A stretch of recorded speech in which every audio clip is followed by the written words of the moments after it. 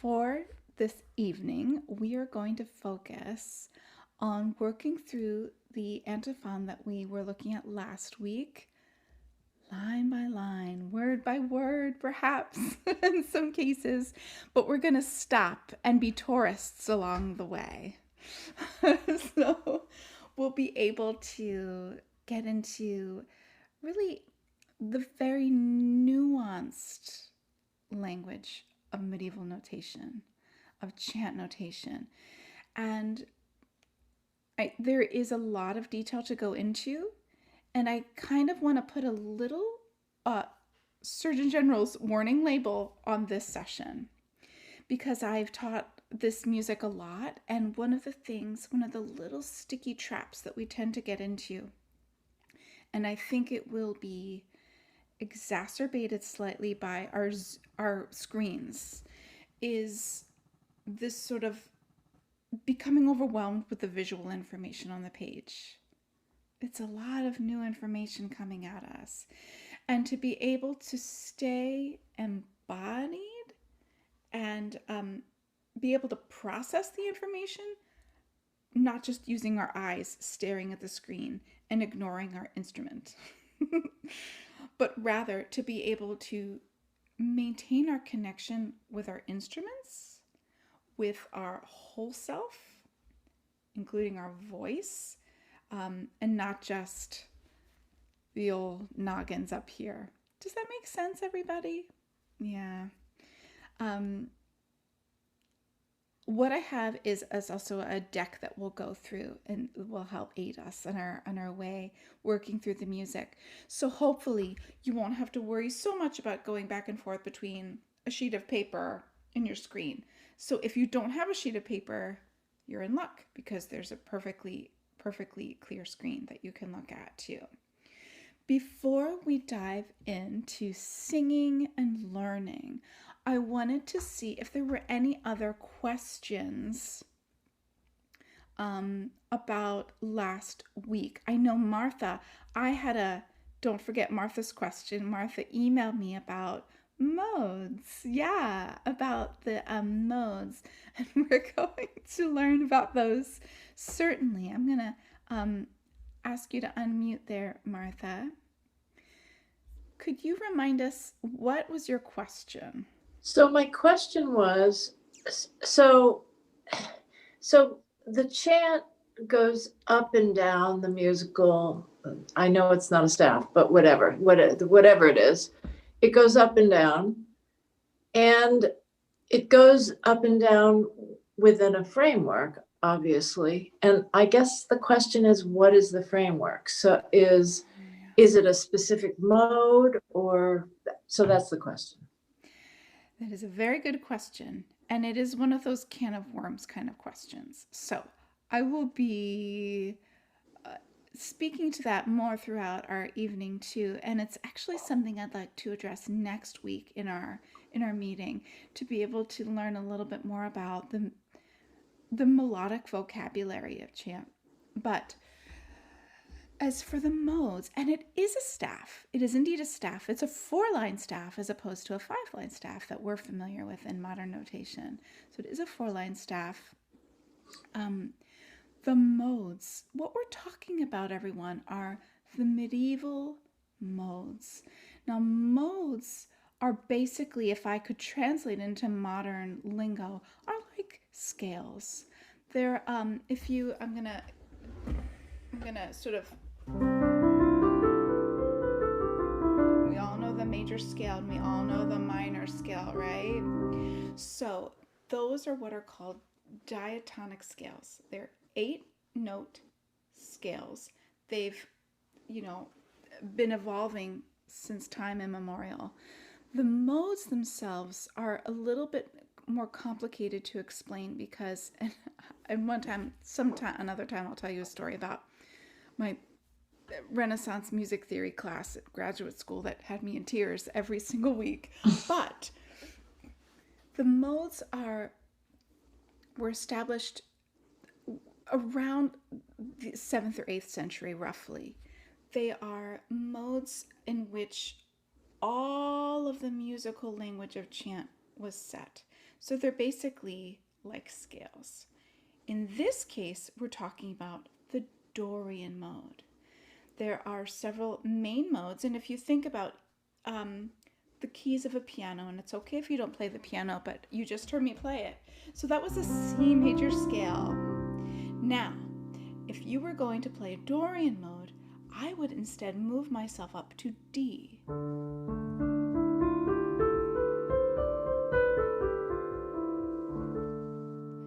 That's Dorian mode, and what we have, it sounds a little minor, right? But instead of, I believe that's a melodic minor if I'm not mistaken, or harmonic minor, I always mess those up. But in that mode, we had an interval from the interval 5 to interval 6 was a half step. In Dorian mode, the interval is a whole step. So you hear 1, 2, 3, 4, 5, 6, 7, 8, 7, 6, 5, 4, 3, 2, 1. Right. So there's a small adaptation, and we're going to see how that even that little detail gets kind of played with in the Caritas Hapon.2. This particular chant stays primarily in Dorian. There are many chants in Hildegard's corpus that shift, sometimes all the time, sometimes quite drastically. Sometimes they'll shift up and then come down. Sometimes they shift up and stay there. It's an unusual feature of her music. It is highly idiosyncratic that she's, let's just be frank, she's breaking any kind of rule with regards to composition. She's just taking it into a very, in my opinion, really honoring what was coming through her, not questioning it for its correctness or or adherence to normal practices. Does that answer the question slightly? Absolutely, okay. It does slightly. Because there's the modes are indeed very complicated in how they were formed. We take it for granted, I think Kristen and Crossley and I both, all three of us, take it for granted that you just sort of hear it and then you just do it versus thinking about all of its sort of special details. I don't know if that's the case with you guys. And I know Crossley sings a lot of chant in her church job too. So it's something you sort of digest and grow into as you sing more of this music. Now, this is a perfect segue, Martha. I'm going to mute you because we are going to sing some modes here. Okay, so this is going to be our wade into the kiddie pool as we sing and get our voices warmed up and then get ourselves into the music. So I know you all know a song in a mode already, no matter your exposure to chant, because I bet you all know this song. Are you going to Scarborough Fair? Can you all sing with me? Ready? Here we go. And are you going to Scarborough Fair? Keep going. Parsley, sage, rosemary, and thyme. Remember me to one who lives there. She once was a true love of mine. Don't you love that song? I love that song. Now that sounds straight out of Hildegard.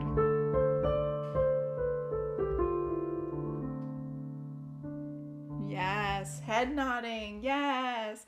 So, see, you already know what to do. But it's really cool to actually see how a folk idiom like that beautiful old song from the British Isles is employing a Dorian mode. Cool. So everybody, any further questions before we... Okay. Great. So what we're going to do is, actually, I'd like to ask a quick question. Would anyone like to do some more warming up? That was the most, yes, Jamie. Yes, okay. Good, because I love singing and warming up together. So everybody, one thing that I really recommend to you as we step into our singing sort of piece here is, especially as you're seated at your seats, to be able to stay here in the body. It's very easy, as I was talking about before, like to get caught up in our eyes or to get up in thinking. So I have a very, very specific way that I teach singing, and it's grown and evolved in a very beautiful way. And for me, a classically trained musician who is dying for a more spiritual approach to singing. So this is my particular way of teaching. It helps me feel more calm and connected, and it frankly helps me sing better too. And for me, singing better is feeling more free, less self-conscious, more connected with the music, and not caught up in my thinking. So I teach a heart-centered method of singing. And that my voice is really a part of my whole self, not just the thing that gets pumped out right here. So what I literally do is I connect with my heart center, and it's like dropping an anchor right inside this metaphysical space. And then I invite you all to gently exhale wherever you are in your breath cycle. And now, staying here connected, just think, inhale. Awesome. And then exhale.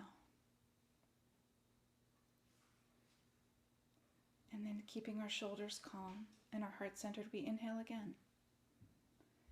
And especially noticing as you're seated, if you feel a little bump up, maybe we could soften the belly and the pelvic bowl, making contact with your seat. The idea that our air is just being received into a really beautifully deep container. And now on the next cycle, everyone, I'd like us to sort of do a rectangle breath. It's my version of square breathing, if you've ever heard of square breathing, which is a type of breathing that's often used in meditation or for stress release. So a square breath would be, you inhale for 4 counts, you hold for 4 counts, exhale for 4, hold for 4. My rectangle version is inhale for 4, hold for 2. Exhale for 4, hold for 2. And the idea, it really does allow the breathing mechanism to expand so there's greater capacity, but also it calms us. It makes us more aware of the cycle of breath, its dynamic flow, but also it's going to help us sort of engage the deeper lower pelvic muscles that are really supporting our voice, versus any muscles up here that we just want them to just have a pina colada, just relax. Okay, everyone, so here is our rectangle breath. I invite you to sort of center yourself again, gently exhale, and I do that so that the diaphragm relaxes up and gets all that air out. So then, as we inhale, which we're going to do, ready? Inhale, 2, 3, 4, and hold, 2, and exhale, 2, 3, 4, hold, 2, one more, inhale, 2, 3, 4, hold, 2, and gently exhale. So that we warm up our instrument here and start to make sound as we are now, without focusing on this, but focusing on this and receiving your air like it's a great, joyous gift. We're gonna warm up in Dorian mode, okay? Here's what I'd like to try.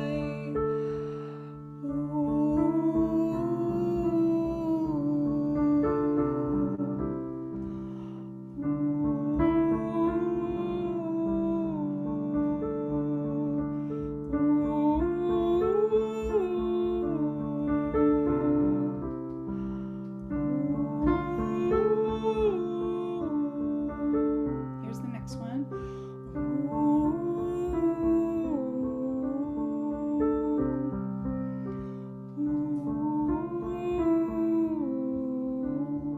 Here's a new one.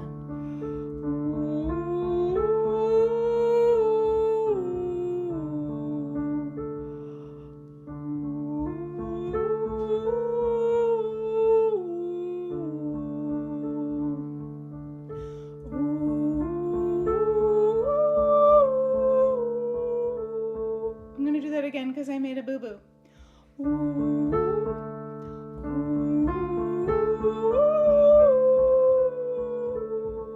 Ready?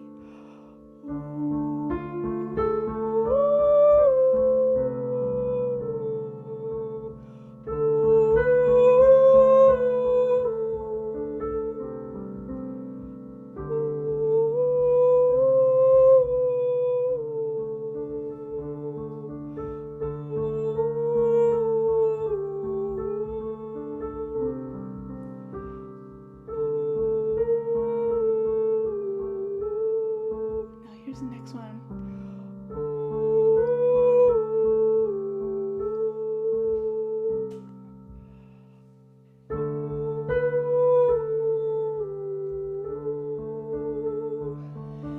Good. Here's the next one.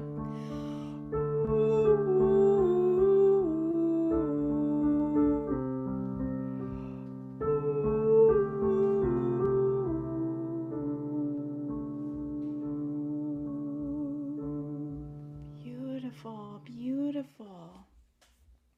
Does anyone have any questions? Kristen's beautiful face. She's just like, she's happy. Me too, Kristen. Awesome. All right, everyone. So let me segue here. Let me segue into speaking a little more formally for a moment about the notation that we're going to dive into. You may have heard scraps and bits about sources about Hildegard, and as you can tell from this evening, I'm going to really not even address Hildegard biography, things like that, unless it directly comes up or you have a question, okay? But one of the real treasures, I think, and the real gifts that we have, as I have mentioned before, is the sheer fact that we have this music preserved over 900 years and in such gorgeous, gorgeous clarity. There are two manuscripts that we are going to be exploring. The Dendermonde manuscript, which was written or compiled rather during Hildegard's lifetime. And then there's the Reason Codex, the really big book. And I'm going to show you my facsimile here once again so you can see comparison to me. This is basically the life size of the Reason Codex. And here you see the folios. They're huge and they're so gorgeous. I will make a little sidebar. There may be a lot of sidebars here, everybody. In the email that I sent you on that password protected page from Aya, I have links on there, and this bibliography will grow and expand. There are links to the digital resources where you can see these manuscripts.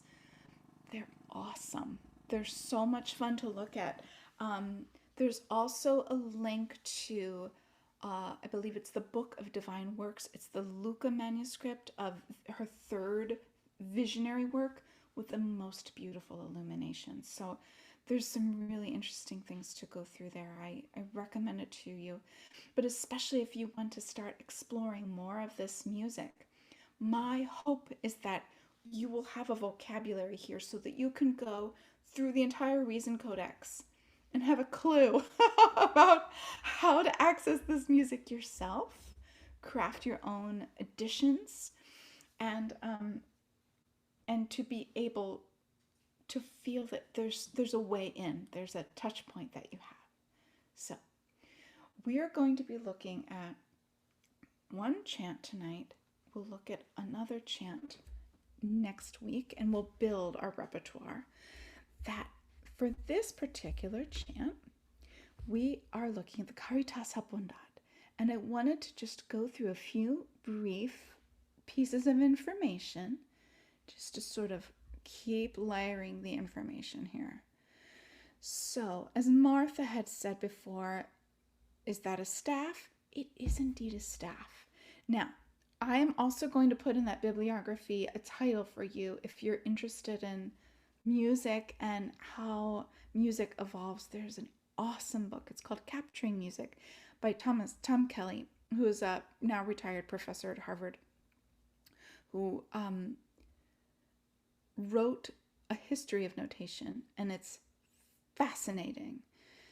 So it's really also a very remarkable thing, my friends, that Hildegard's music was really on the cusp of the advent of the staff. Guido d'Arezzo, born around 1000, wrote a treatise called the Micrologus, as I wrote here, which expounds upon many different aspects of medieval music theory. But importantly, he really laid out the usage of this newfangled staff, which created a specific set way of notating pitch. However, and square notation as well. But what we don't have here is square notation. I always find it interesting as we sort of see regional variants throughout the continent, but here specifically in the Rhine Valley, not too far from the western border near France and the Low Countries. So what you have is really a hotbed of musical activity in this whole region, and that Hildegard and the school in her region chose to adopt the staff, but keep the pneumatic notation. And we're going to see how these little squiggles and dots all take on some meaning and have finely tuned expressive qualities. So we're looking here at the first line of Caritas Abundat from the Reason Codex. You see there's the initial K, that is a K in red, and you see a red horizontal line, that is our F line, and 2 lines above that you have a slightly more yellow line with a little C at the front end of the line, and that C is a C clef. So now, whenever you open a medieval manuscript, you will almost always find a clef, okay? And that clef serves exactly the same purpose and function as any treble clef or bass clef. And in fact, the treble clef is a G clef. So if you think about the swirl, that's always going to be centered on G. A bass clef is also an F clef. And what is between those 2 dots? The F. The difference, however, is the range, as we know. And then if you are a viola player or an orchestra player that might play in a different kind of clef, you might be playing in a C clef or something that moves around. And the C clef moves. So one time I had to memorize a 3-hour opera in soprano, a Lully opera in soprano clef. It was horrible to have to read in a different clef, but we are going to make it easier for ourselves here. So I mentioned here on the bullet points here, regional pneumatic notation mixed with the staff. So the 2 sources, the Dendermonde Codex 1175 or so. Hildegard dies in 1179. So we know that this codex was prepared for this group of brothers at this monastery in Belgium. And they had a long correspondence, and the letters from Hildegard are fascinating and deep and rich.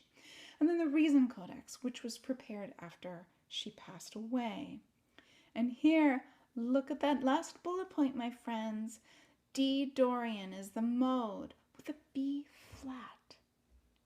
Every once in a while, and this is my big wink, there's no consistency to the usage of this flat. So as we heard, that's D Dorian without a B flat, and this is one with a B flat.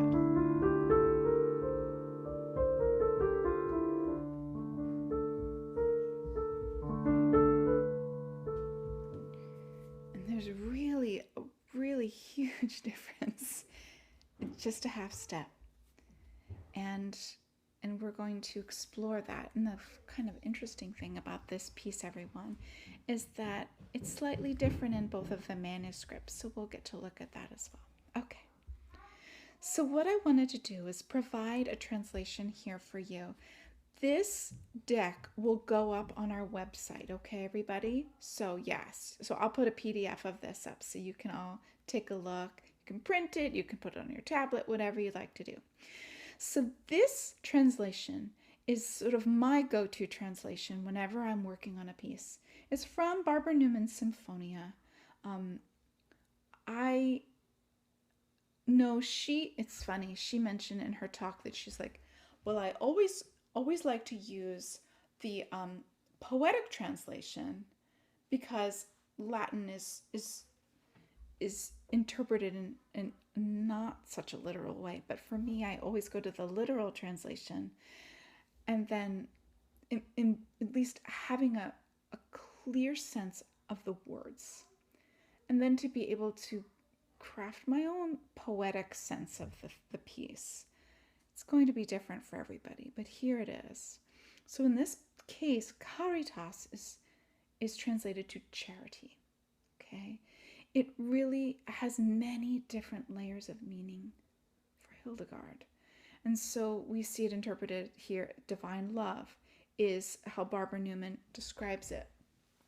I'm actually curious to look in the manuscript because I hadn't ever thought to look about how Hildegard says. So in the manuscript, she writes rubrics. A rubric is written in red, and the rubric tells us what this particular song is keyed to, whether it's a saint or, and if it is a saint, it may likely be the feast day for that saint.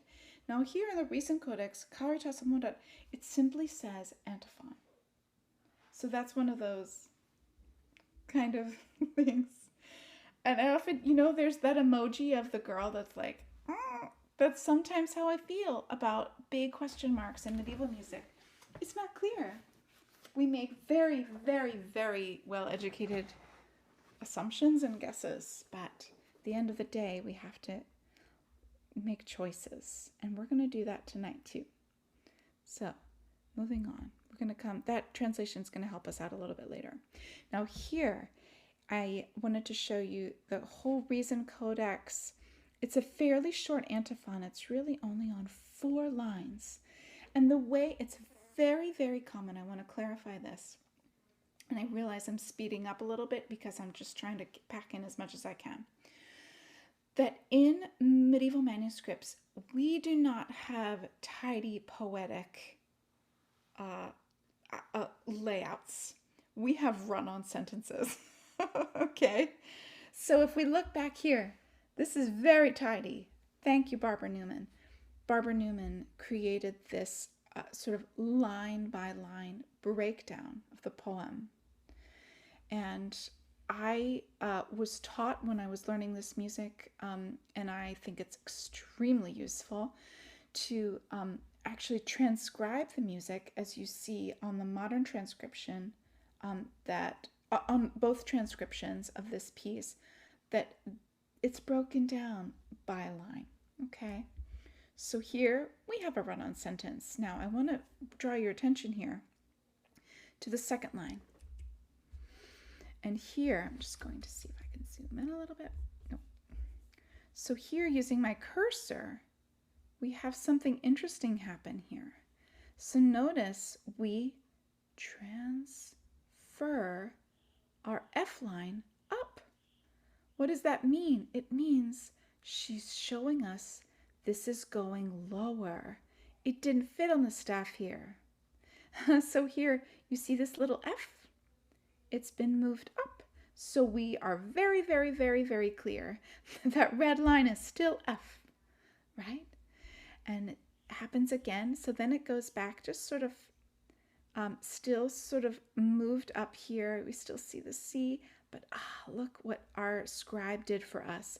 They gave us another lower line to help us still contain these lower notes. And then back here, we go up again, and look, we move our F back down to where it was at the start of the piece so that we can allow for the upper register. Does that make sense, everybody? Okay. And then we have a steady red line. But my friends, I draw your attention to this line right here. Look at the way these neumes really move about. And I'm going to draw your attention to this last word. Oh my goodness. Look at all of these notes that are attached to one syllable. So this is another very, very idiosyncratic quality of Hildegard's music, where for the most part in this chant we have something that's fairly syllabic, but it's also highly ornamented. And now you look at the final word and you see what is called a melisma. A melisma is a long string of notes. It doesn't have to be super long. It's a string of notes that are decorating one syllable. It's common practice in medieval music to have melismas like this. We see it a lot in polyphony as well, certainly depending on the style, but it's a really exciting thing to sing. So next, I wanted to show you a comparison here. So this here's the Riesen Codex. Now we have the Dendermonde. And interestingly, you could almost pass by this chant because can anyone tell what it's missing?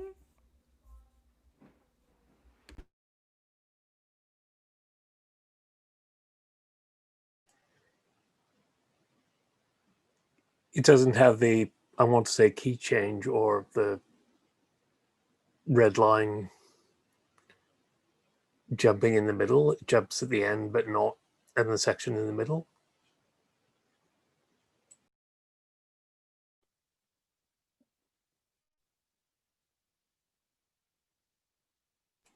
You're on mute, Alison.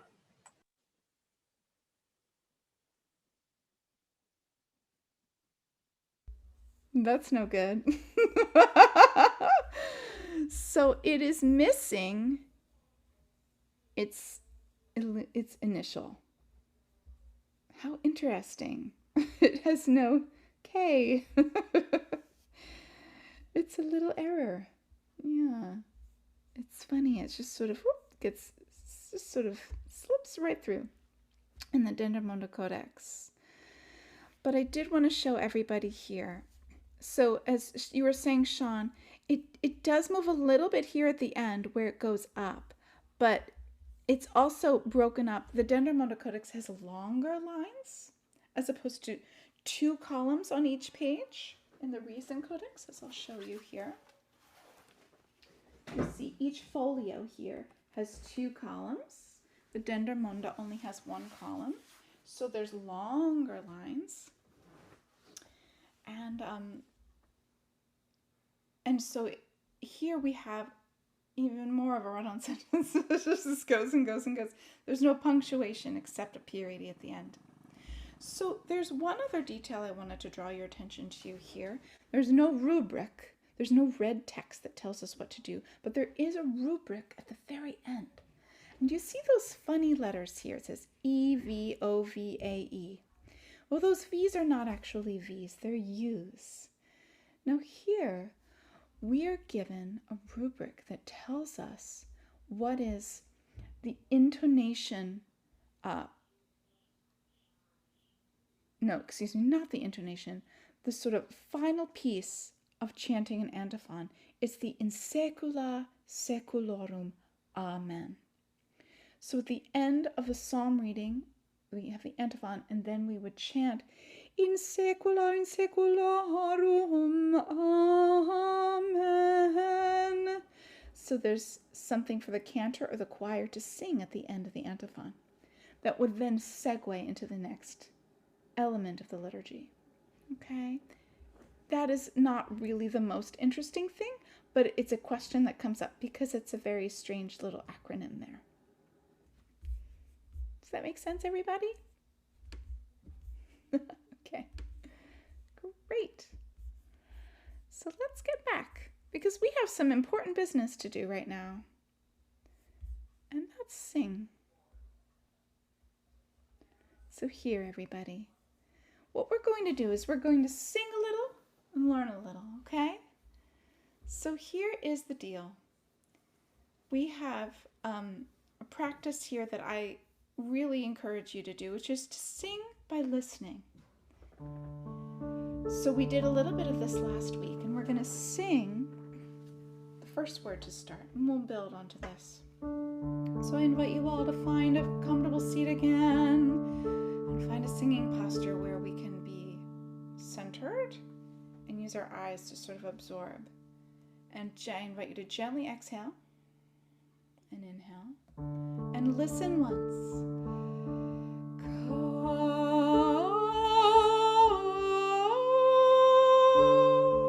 Together, ready?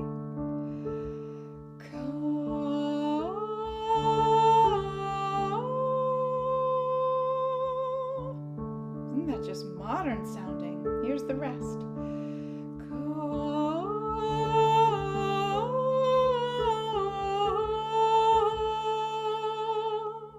Ready? Everybody.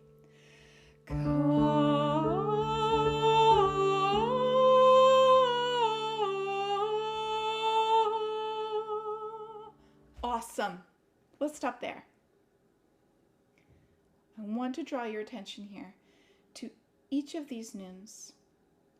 The very first neume, they all have names. They're all the most lovely names. The very first, they're all in Latin. The first neume, and a neume is basically one pen stroke, if you will, okay? A neume could be one note or a number of notes. Okay, the first one is called a podatus, and you see it looks like it has a foot, and the prefix for podatus is P-O-D, like a podiatrist, having or related to a foot. And here we have two distinct notes, a D and an A. Ka. Could we sing that, everybody? Ready? Welcome to the most popular neume in Hildegard's writing, especially at the opening of her songs. And think about that beautiful gate just opening right at the front end. And then we have a torculus. I hope it's a torculus. There's a neume here that is 3 notes. Now, these often lead us astray because they're not the most intuitive neumes. Here's how it goes. A, G, C. So anytime you see this neume, everybody, the note itself is at the top of the little hill and the bottom of the little sort of valley. And then at the end, it's the last sort of final point. Could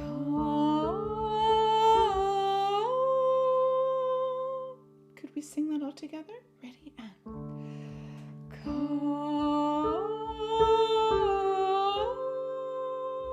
beautiful. I could sing that all night. And then you have these 3 little descending points. Boop, boop, boop. You can just see the pen stroke. The little quill. those have a really cool name, and they're called puncti. Punctum for short, like point, punctum, right? Now, before the staff, there were two really primary building blocks. There was the virga, which we'll see in a moment, and the punctum. And the virga meant either go up, ascend your pitch, or the puncti told you go down.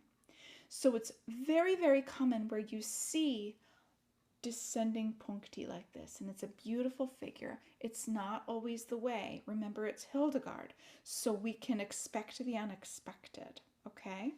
But as notation evolved, neumes weren't just associated with up and down.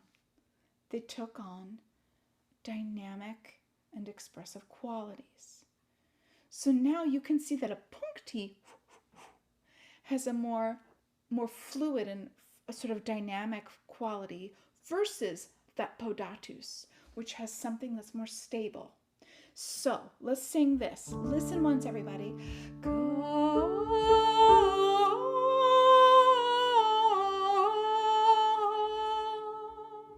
we sing that all together? Ready?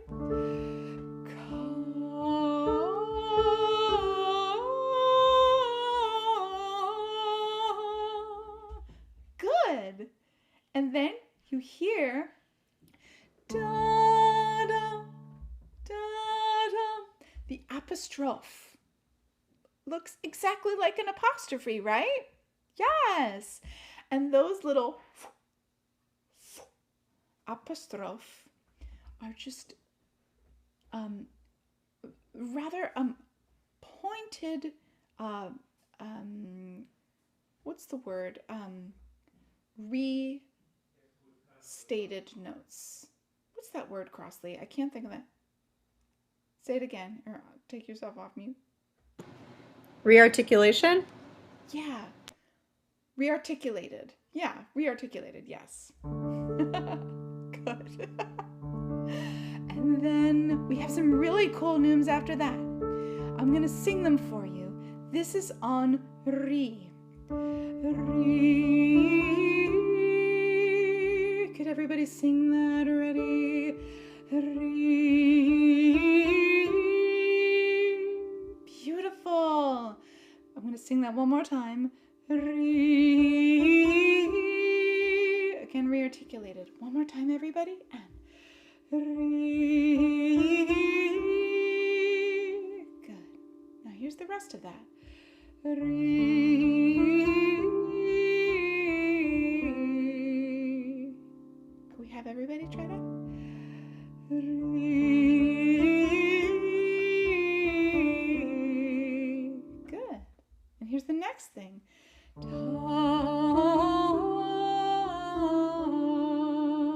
Tutti on ta. Ta.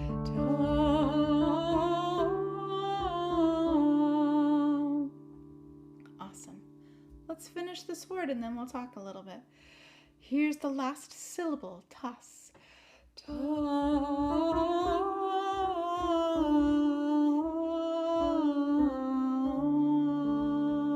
I'll sing that one more time and then we'll join in. If you want to join in, just join in. Tas.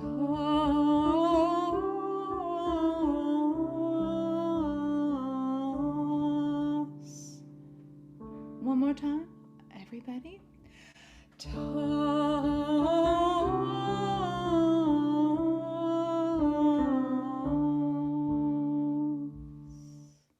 Very nice. So here, at the beginning of the ri and the tas, you have a very controversial neume. It's called the quilisma, which is the coolest neume name ever. The quilisma has a lot of dynamic energy moving forward. Dum da da dum. Now you might be asking, there's so many squiggles, Allison. How do you know that it's those notes? And I will tell you, my friends, it's an educated guess. The quilisma. Do you love the confusing emoji that is really confounded and considerate of what the interpretation of this particular noom is. It's really debated by scholars, and it's not exactly clear. In this interpretation, again, I was taught that I hold on to after testing several other models as well, is that we have a rearticulation where we have dum dum. So we have that little dot, and then we have 3 notes that follow. D, E, F, D, D, E, F, da, re. That's the quilisma. And then after that, we have our first virga in this particular piece. And I know that I mentioned that last week. That virga is really the building block of this notational language. And virga in Latin translates to rod or branch. Yeah.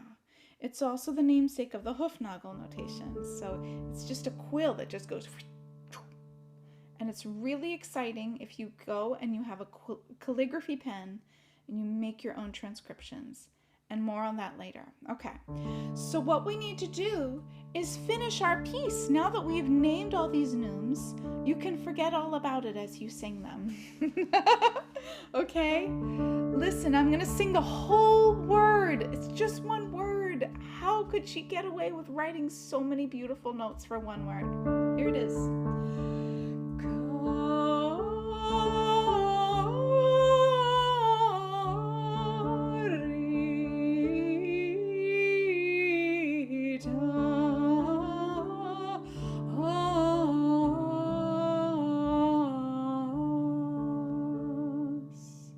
Could everybody try that? By the way, I'm working from the Dendermonde, because then we're going to flip into the Reason Codex. Ready, everybody? It's okay if you crash and burn. We're just doing it. All right, you got this. Ready, and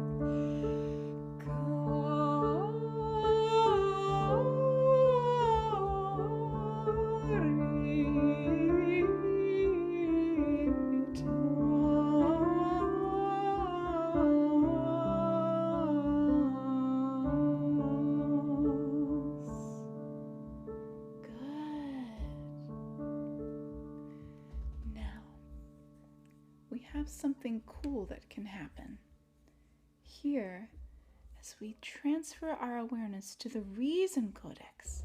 Now, everybody, I'm going to sing it once, and I want you to just watch, and then we'll sing it together.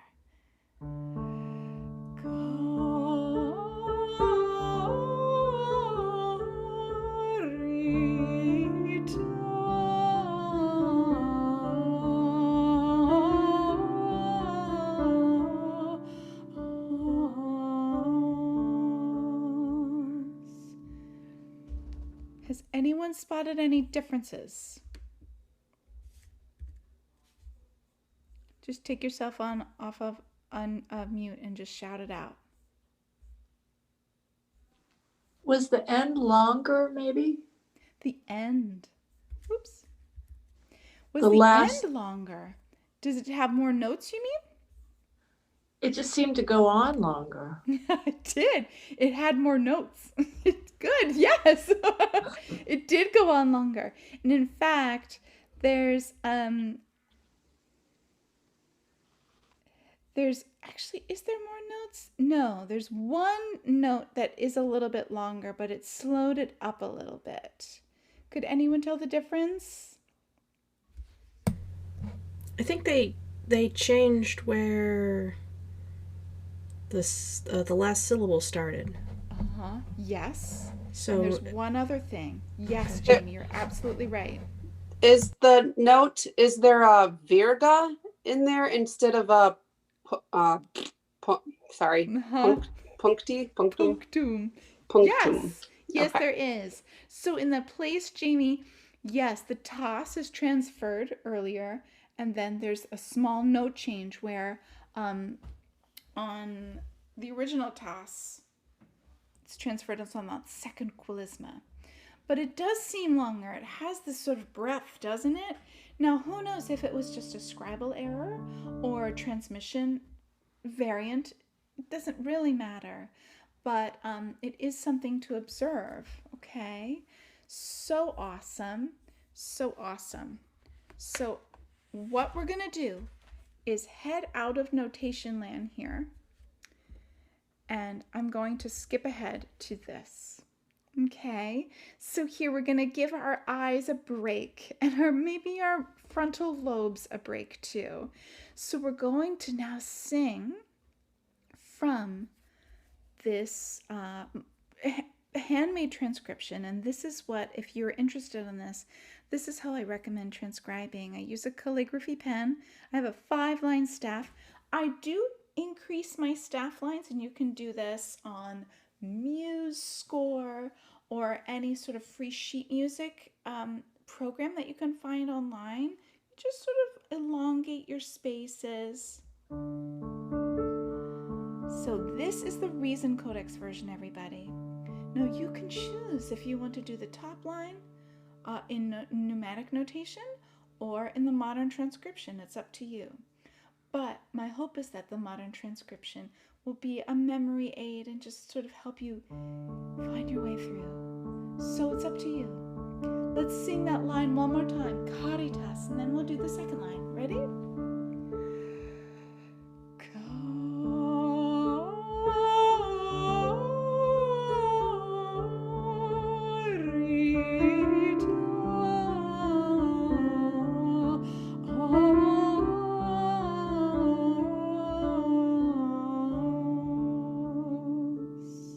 Good job. Now here, the second line, we have another Podatus. Listen how beautiful it is. There's that distinctive Dorian raised sixth. That's a B natural instead of a B flat. Could you just sing that for me, everybody? Ready? Beautiful. Now here's the whole word.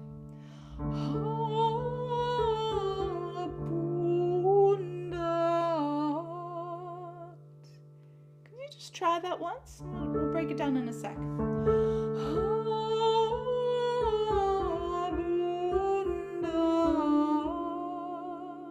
Good, good. So I know we talked about this last week, but we hear that voiced consonant. And this is on the second syllable of bun. So what you see, the Podatus foot, everybody? And then that tells us the Podatus is always an ascending note. The bottom note up to the upper note. So we have an F, G, but then we have that little tail. And that, in and of itself, it's called a plica. It's known as a kind of liquescent neume of a liquid quality. It's a direct translation. And it's one of those neumes that has a very unique quality. It's less distinct as sing this note and sing this note. But in fact, it has a lot of, and I invite you to think about that, closed consonant is really sending energy forward.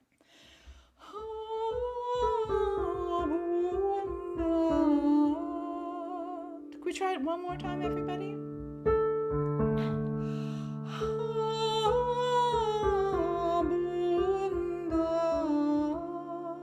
And here we have a quilisma.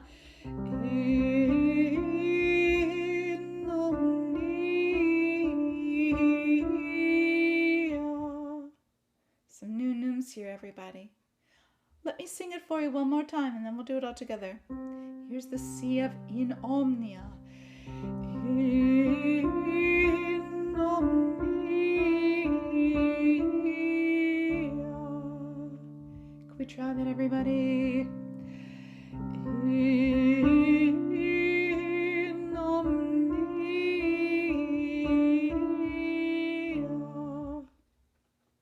And it ends with a puncti, which is really so much less stable than the virga right before it. So let's talk really quick. Let's talk neume turkey for a sec. But here we have that quilisma, dum da da dum. Now here we go from a C to an F. Now that's a fourth. That's the span of a fourth. But we are not singing every note in the fourth. A qualisma is only 3 notes. So here, again in the school of Hildegard notation that I'm swimming in, that we go from C, C, D, F. So we go 1, 2, 4, as opposed to 1, 3, 4. 1, 2, 3, 4. 1, 2, 4. Does that make sense? If not, you just let me know. I'm here for you. So then, oh my God, what is that strange, beautiful thing at the top of the qualisma? It's a pressus. Now again, bearing in mind all of this gorgeous ornamentation, why would she do that? And then why on the next note, we have a virga with a plica again. So another closing, sort of moment of closing the consonant. Then we have a virga, puncti puncti, and a new noom, everybody. It's another emoji noom, a mystery noom, called the oriscus. Now I'm going to tell you, I hope that by the time I'm as old as Hildegard was, many years hence, that I figure out how to interpret the oriscus. I've tried it many ways. For the sake of what we're doing now, and you can see in the modern transcription, I just give you a re-articulated note. It's not ornamented in any other way other than just singing the note. My supposition of that is it's some kind of liquescence, that it adds some quality of decoration. But if anyone comes up with a really great idea, I would love to hear it, okay? So let's sing this.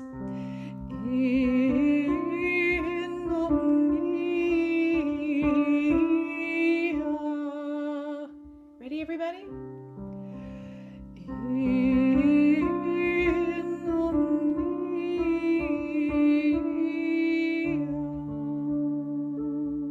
Let's sing the whole second line. Habundat. Ready? Habundat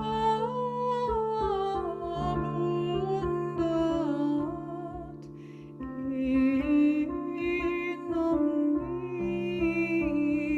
omnia. Awesome. Now, we have a job, which is to sing the first 2 lines all the way through.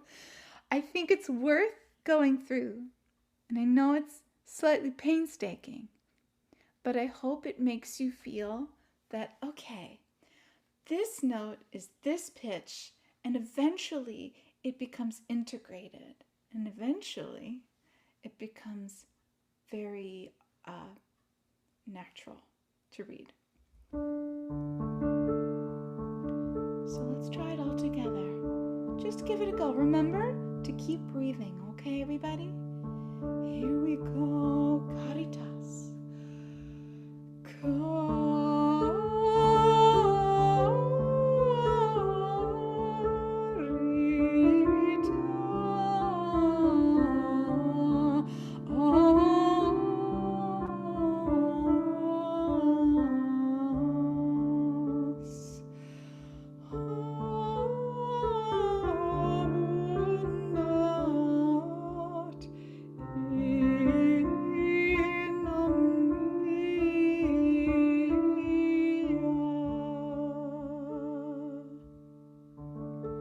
Beautiful. We've got to try that one more time. I got the Symphonia out. We've got to use it, right? Okay. Symphonia right here. I've got it tuned in D. You hear it, everybody?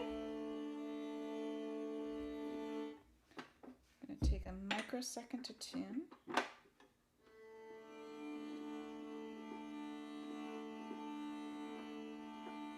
So follow with me. Now here's the really cool thing. We're all doing this together. So my invitation for you now is, as you're looking at this score, to not worry about the neumes, but to think about the words. This is the next layer. that the meaning of the words, even if you've never sung a word of Latin in your life, it doesn't matter. That the caritas has a power. It's an invocation here. Caritas abundat in omnia. So I think it's tricky as we're discovering all the ornamentation here to still find the integrity of the word. But here's the secret. You think caritas as you sing. So we're carrying the intention of the word and the language as we use our voices. Okay? So let's try that.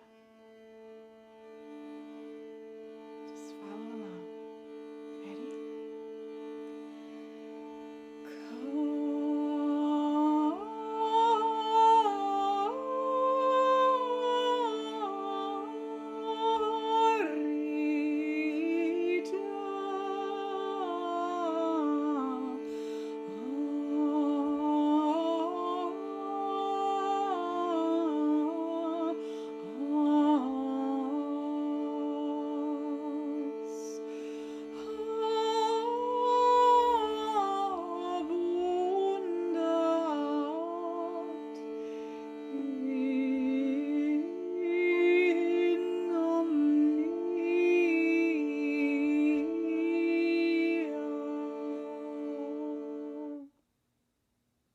Beautiful.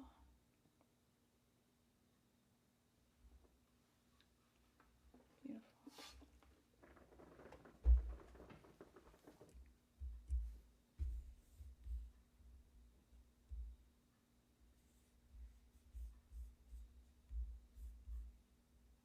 Everybody, that is a lot of learning.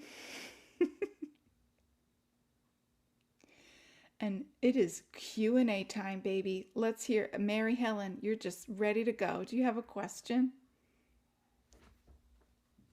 Not really. People always think I have a question somehow, but I don't. Actually, I do have a comment. I sing in the before time and hopefully in the after time, I sang shape note music.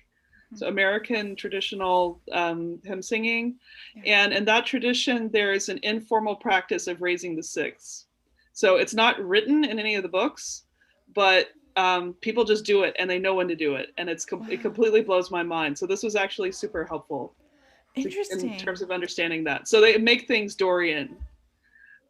Like Wayfaring Stranger would be an example. I'm just a poor wayfaring stranger and through all this world.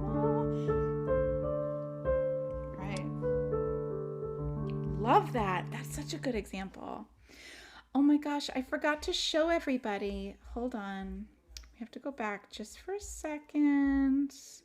Because what I wanted to show you was actually there is a variant in the second line on Habundat. So if you look at the Dendermonde here, everybody. Habundat. Weird, right? So we were singing in the recent codex to the right of that. Habundat.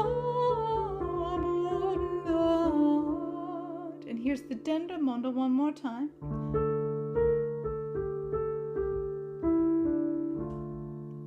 Kristen, I know we have sung this song maybe 100 million times with doing it one way, so doing it another way is quite a strange experience. And there's, and sometimes just kind of have to go with your gut and your musical sensibilities about how these things go. Anyway, just wanted to share that with you. Do you have any other questions? Jamie, please go ahead. I think I just missed the first time you said it. How did you decide that one quilisma went 1, 2, 4 instead of 1, 3, 4? Precedent, tradition, through my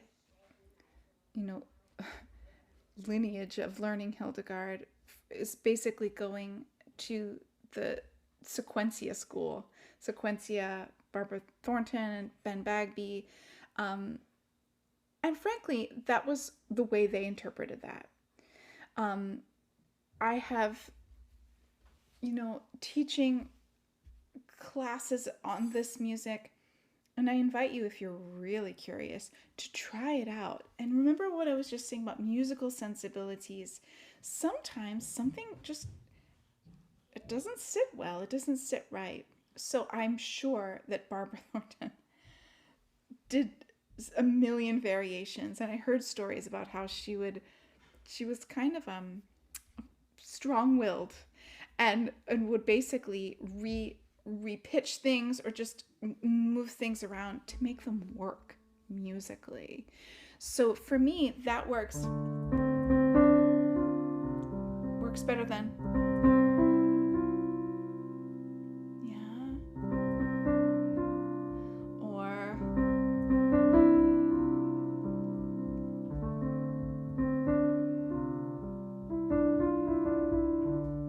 now I know that it's just anecdotal, but when I played it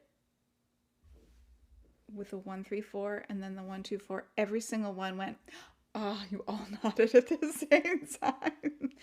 So it's not scientific, let's put it that way.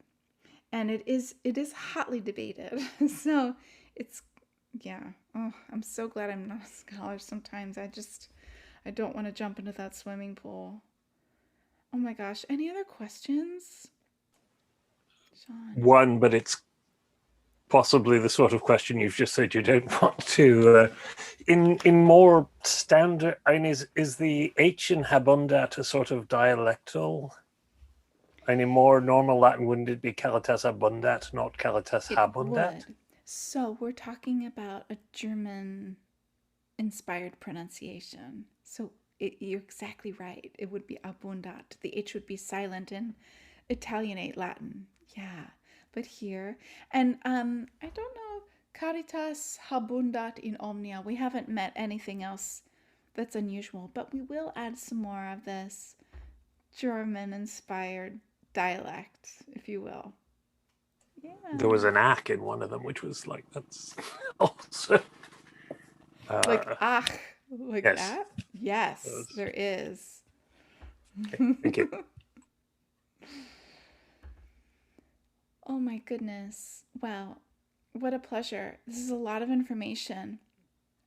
This is going to really be like a sedimentary layer for us to build upon as we gain fluency in the language, so that the chant will flow more easily and the learning becomes quicker.